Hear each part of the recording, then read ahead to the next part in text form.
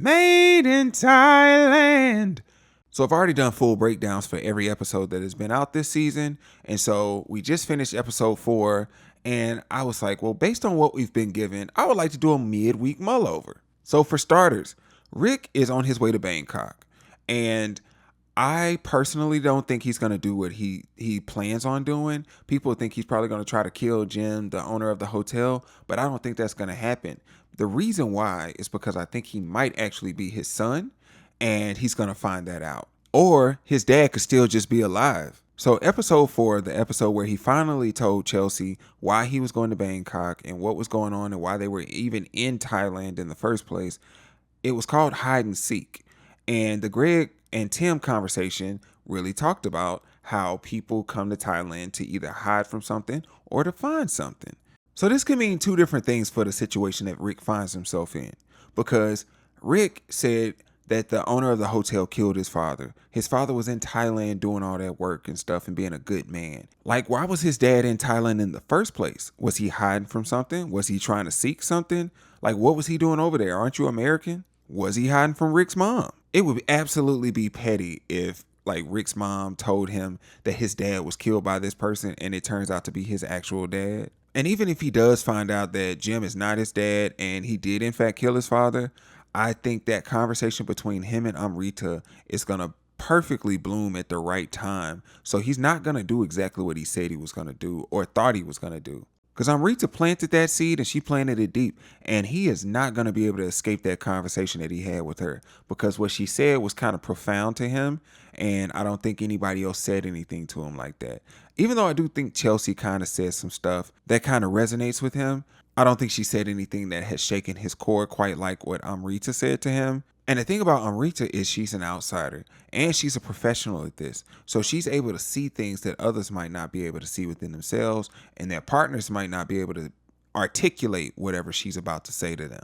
So when we get to the rat lifts, those siblings are something else. I saw somebody say, since it's the White Lotus and they have all these monkey themes, that the siblings are the representation of the hear no evil, see no evil, and speak no evil monkeys, which is possible, but I'm not going that deep in that part. What I see is Piper and Saxon playing tug of war with Lachlan because they're at two different spectrums. Like one of them is saying, we don't need all these things to be happy. You don't have to be super sexual. And then the other one is like, F all that. You get all the things you want out of life. That's happiness. And he's hypersexual, but I haven't seen him touch anybody except for himself this whole show. And the thing is, Lachlan doesn't know what he wants and he doesn't know who he really is. And he's looking to his siblings to kind of help him out in that regard. And the siblings are trying their best to do this tug of war. And it's really kind of sucking for him because he doesn't want to disappoint anybody. So at first he wanted to help Piper, but then he also wanted to kind of kick it with Saxon.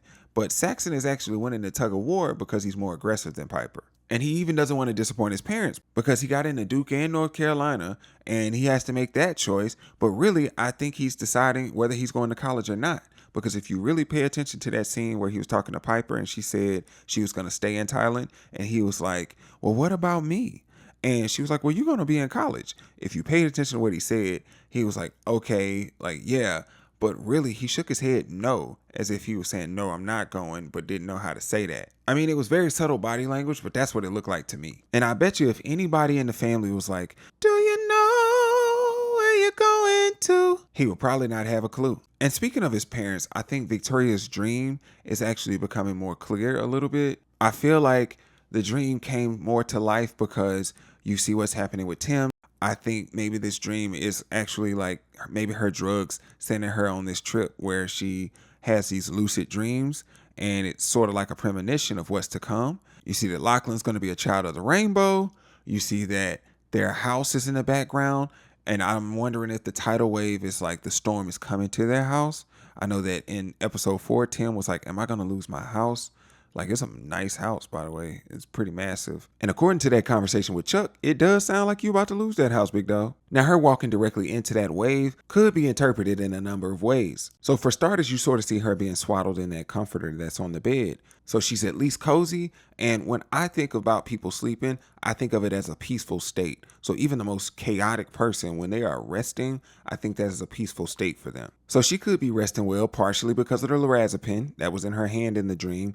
And then you also have her being with her family, and she said that's the only people that she needs to be with. Even though in her dream, the only person there was Lachlan. Now, I'm not sure if that's foreshadowing to say that they're going to be the only two left in the family, because, you know, Piper wants to leave the family because she wants to go live with the monks. And then you have Tim, who I think is probably going to get into it with security or something. I said that before, but then I also said that Saxon would probably help him. I do think multiple bodies are going to be found at the end of the season, though.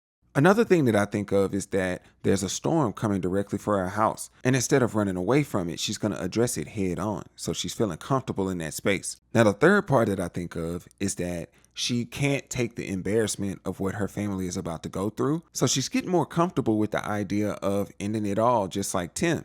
She'd rather not be here as well, because you got to think about it. Victoria talks about everybody like a dog, like they're not as classy as us. Your father's so great. She has to know that that man is taking her pills. I don't know if she's playing dumb just to keep up appearances or what, but it's crazy to me because it is obvious that he's acting different. That's your husband, girl. You're supposed to know that man better than anybody else. And the thing about people like Victoria that talk down about everybody else, they have the hardest time when that energy is returned to them. They don't want people knowing their business. When it's a lot of embarrassment, they just can't take it. So she might actually walk into that tsunami with Tim in tow. And speaking of Tim, he said, I'd rather be up out of here, baby. 6 feet under me, please. So they're a match made in heaven that might end up in hell, but that's a whole different conversation. Tim need to give Gaytook back his gun, because Gaytook gonna approach him and say, hey, I know you got it, so just bring it back. And Tim gonna try to lie to him real quick, and Gaytook gonna hit him with this. Yeah, I got you. I got you on camera.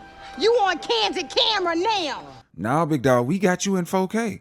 I need you to go ahead and run me back my weapon, because we don't want it to get ugly. So let's talk about Belinda and Greg. So you saw at the end of the episode 4 that Belinda was walking through the lobby and saw Greg over there talking to Fabian. And you know she's going to come to Fabian and be like, hey, we need to report this. And Fabian's like, no police.